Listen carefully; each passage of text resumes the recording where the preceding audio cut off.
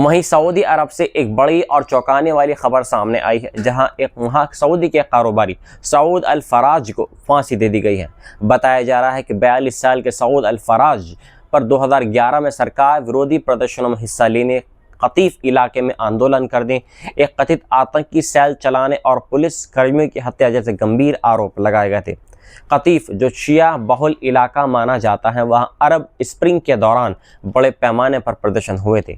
Saudi गृह मंत्रालय ने बुधवार को एक शाही आदेश के बाद उनकी फांसी की पुष्टि करते हुए कहा है कि सरकार कानून और इस्लामी शरीयत के तहत न्याय लागू कर रही है और जो भी देश की सुरक्षा के खिलाफ जाएगा उसे सख्त सज़ा दी जाएगी।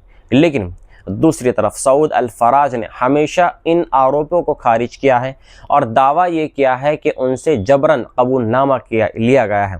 उन्होंने आरोप लगाया है कि पूछताछ के दौरान उन्हें टॉर्चर किया गया है, 21 महीने तक अकेले कैद में भी रखा गया है और उनकी हालत इतनी ख़राब थी कि उन्हें व्हील चेयर पर अस्पताल ले जाया जाता था।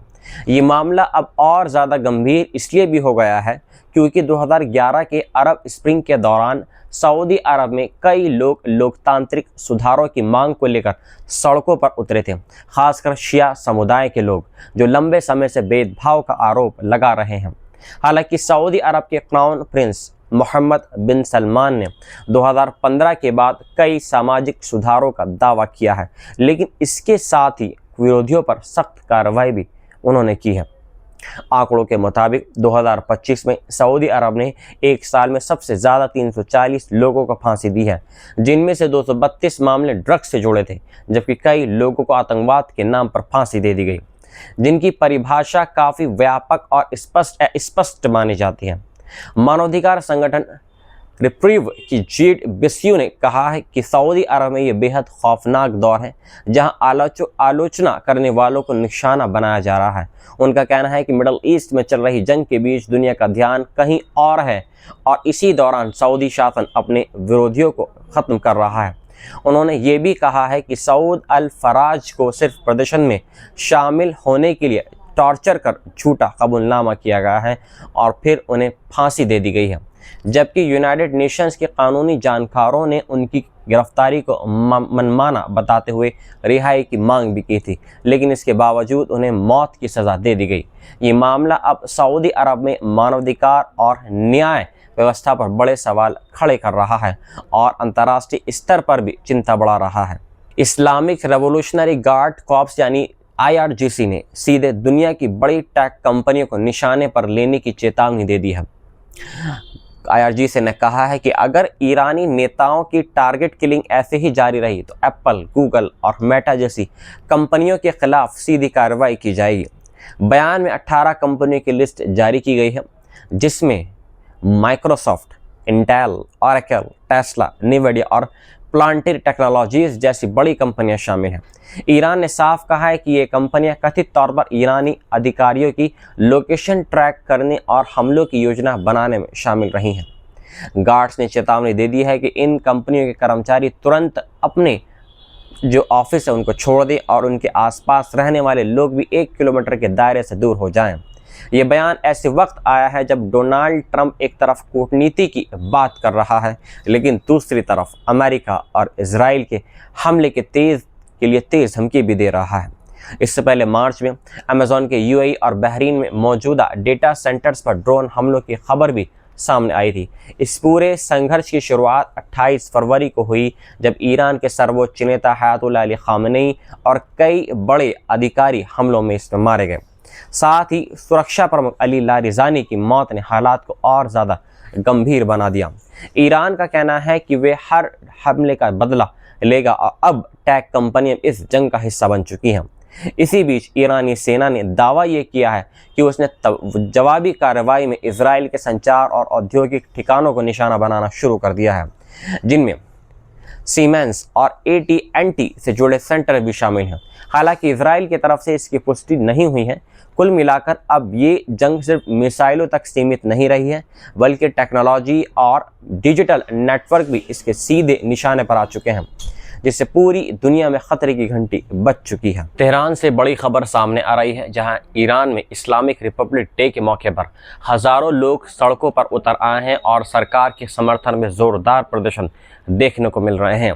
ये वही दिन है जब 1979 की इस्लामी क्रांति के बाद जनमत संग्रह में 98% से ज़्यादा लोगों ने इस्लामिक रिपब्लिक को मंजूरी दी थी। लेकिन इस बार ये जश्न ऐसे वक्त पर हो रहा है जब यूनाइटेड स्टेट्स और इजराइल लगातार ईरान पर हमले कर रहे हैं।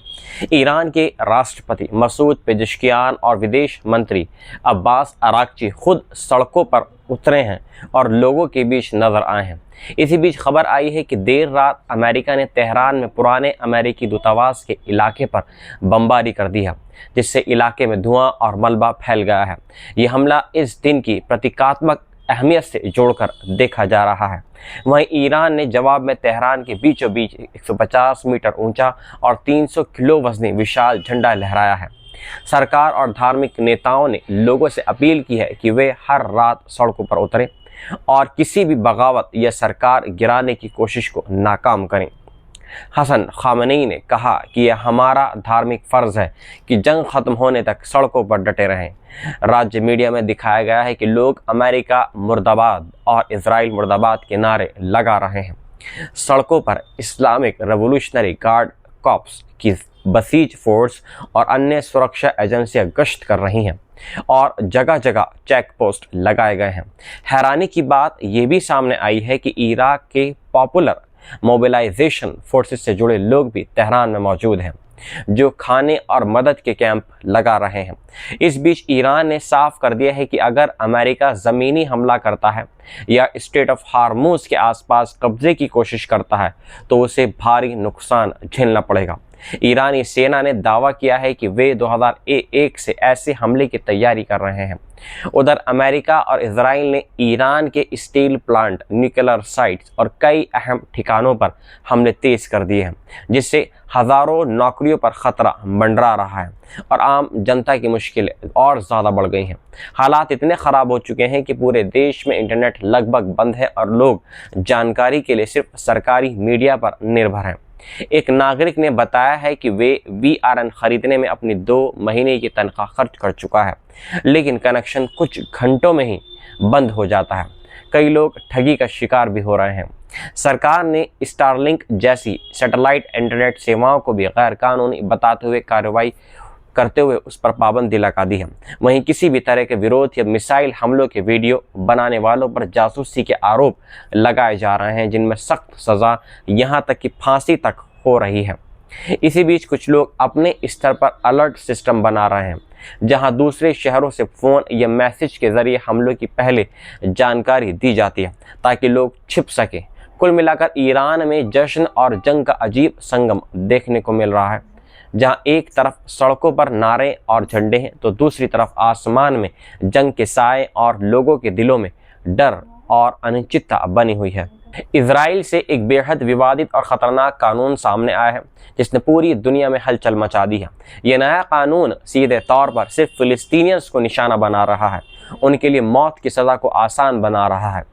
जैसे ही यह कानून पास हुआ, इजराइल के कट्टरपंथी नेताओं और समर्थकों ने इसका जोरदार तरीके से जश्न मनाया है, जबकि अंतर्राष्ट्रीय समुदाय ने इसे खुलकर खारिज कर दिया है।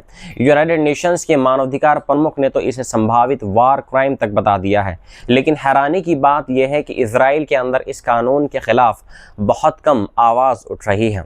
मानवाधिकार संगठनों और जानकारों का कहना है कि ये कानून कोई नई चीज़ नहीं, बल्कि लंबे समय से चले आ रहे इस सिस्टम का एक हिस्सा है, जिसे कई लोग अपार्थाइड यानी नस्ली भेदभाव वाला कानूनी ढांचा बता रहे हैं। अब इस नए कानून के तहत वेस्ट बैंक में मौजूद सैन्य अदालतें जो सिर्फ फिलिस्तीनियों पर मुकदमा चलाती हैं, किसी भी ऐसे व्यक्ति को सीधे मौत की सज़ा दे सकती हैं जिस पर आतंकवाद के नाम पर इजरायलियों की हत्या का आरोप हो।